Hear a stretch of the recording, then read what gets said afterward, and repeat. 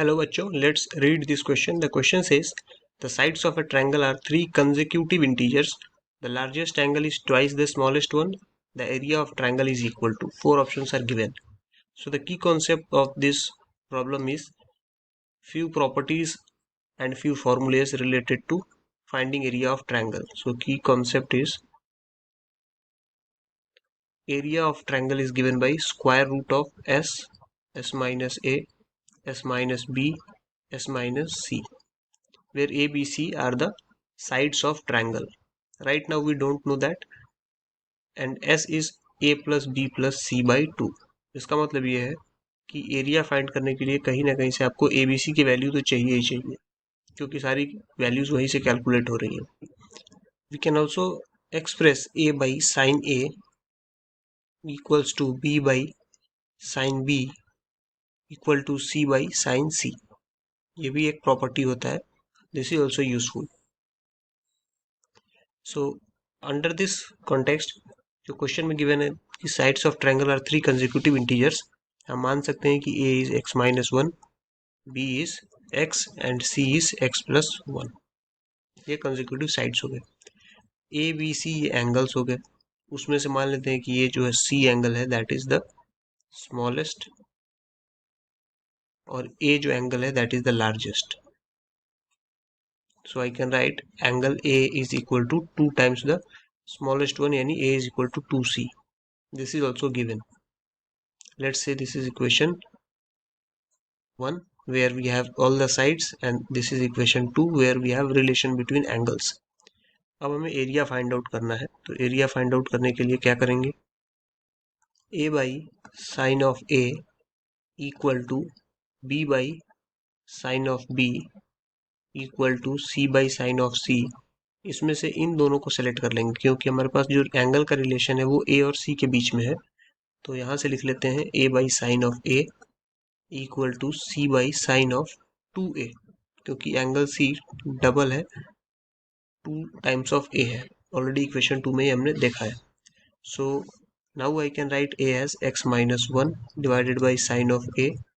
वहीं पे जो साइड सी है ये एक्स प्लस वन है, क्योंकि कंसेक्यूटिव ऑर्डर में साइड्स को लेना था. तो x माइनस वन के बाद x फिर x plus one. Sign 2a का फॉर्मूला होता है, तो वहां से ये बन जाएगा 2 साइन ए कॉस ए. और this sine A and sine A can get cancel. Cross multiply करेंगे तो ये बन जाएगा 2 times of x minus one cos of a equal to x plus one. Now अब यहाँ पे जो कॉस ए आपको दिख रहा है, कॉस ए का फॉर्मूला होता है इन टर्म्स ऑफ साइड, उसको एक्सप्रेस करेंगे. So this will be 2x minus one. Cos A को लिखेंगे B square plus C square minus A square by 2bc, and that is equal to x plus one. So this will be 2x minus one. अब b का value कितना था? x square हो जाएगा, ये b की जगह पे x. c का वैल्यू क्या है? x प्लस वन, क्योंकि ये लास्ट वाला सबसे लार्जेस्ट साइड है, c स्क्वायर हो गया. माइनस a का वैल्यू क्या है? x minus one.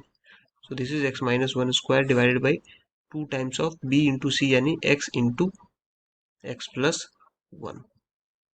सो ये ओवरऑल इक्वेशन बन गया, that is equal to x plus one. तो यहाँ पे 2 और 2 तो कैंसिल हो गया, there is no issue at all. This 2 and this 2 is cancelled. This whole bracket has to be reduced now. तो यहाँ से सिंप्लीफाई करेंगे, ये बनेगा x माइनस वन, और ब्रैकेट के अंदर x square plus bracket open करेंगे तो x square plus 2x plus one, ये माइनस x स्क्वायर, और यहाँ पे माइनस माइनस प्लस 2x हो जाएगा और माइनस वन हो जाएगा. और बाकी सारे टर्म्स को मैंने डिनोमिनेटर को राइट हैंड साइड ट्रांसफर कर दिया, तो ये बन जाएगा x प्लस वन, और एक x प्लस वन पहले से ही था.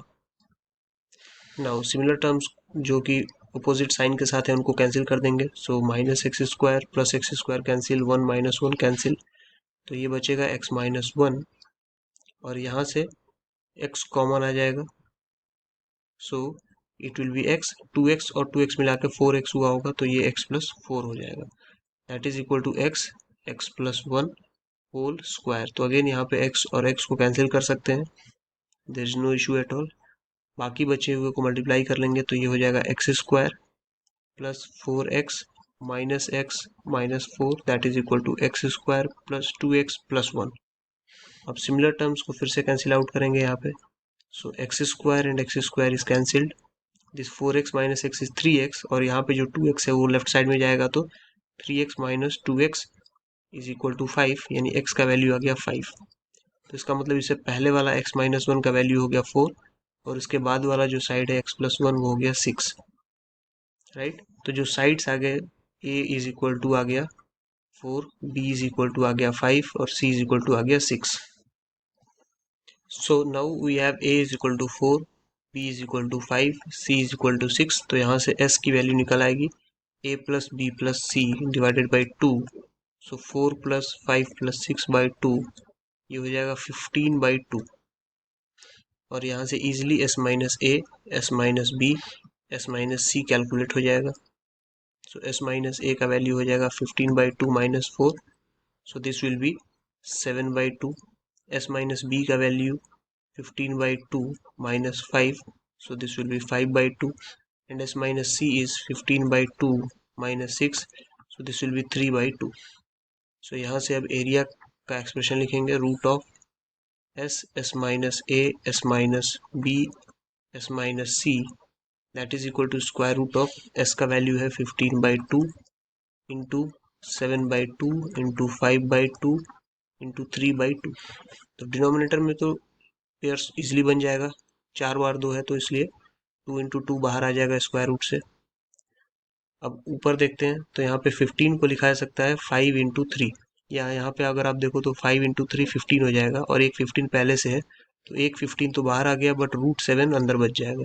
सो this will be 15 root 7 by 4 square units. ये हो जाएगा एरिया ऑफ ट्रायंगल.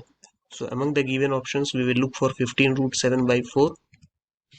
तो ये है option number C. I hope you understood this explanation. Thank you and best of luck.